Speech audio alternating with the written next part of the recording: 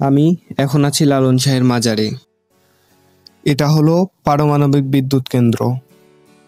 আর এটা হলো, তো গাইজ, এটা কিছুদিন আগের কথা। আমি আর আমার বন্ধুরা ভাবি কোথায় ঘুরতে যাব। তো প্ল্যান করতে করতে আমাদের মাথায় আসলো আমরা যাব কুষ্টিয়াতে বেড়াইতে। তো কুষ্টিয়াতে বেড়ানোর জন্য আমরা আগের দিনেই অনলাইনে ট্রেনের টিকিট কেটে রেখেছিলাম।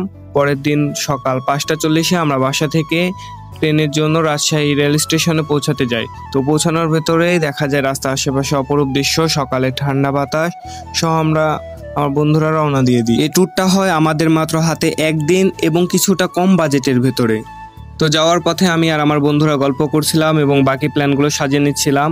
তো এর ভিতর রাস্তার মাঝে আমরা বিমানবন্দরের কাছে পৌঁছাই। তো কিছুক্ষণ যাওয়ার পরে আমরা চলে আসি রেলগেটে। তো আমাদের বাসা থেকে রেলগেটে ভাড়া লাগে 30 টাকা সিএনজি ভাড়া।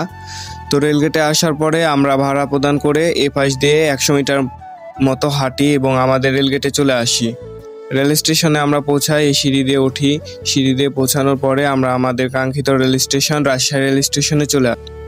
স্টেশনে আসার পরে দেখি স্টেশনে সকালবেলা অতটা ভিড় ছিল না, আর পরিবেশটা অনেক সুন্দর ছিল, কারণ রাত 2টা-3টার দিকে বৃষ্টি হয়েছিল রাজশাহীতে।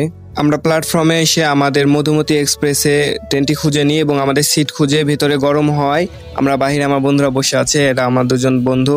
আমরা এখানে বসে আছি ট্রেন ছাড়ার অপেক্ষায়। কিছুক্ষণের ভিতর ট্রেন ছেড়ে দেয়।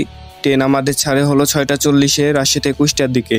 তো ট্রেনে যাওয়ার সময় আশেপাশের দৃশ্যটা, প্রাকৃতিক দৃশ্য অনেক সুন্দর ছিল, বলে বোঝানোর বাইরে। বৃষ্টির কারণে প্লাস আবহাওয়া অনেক নর্মাল ছিল।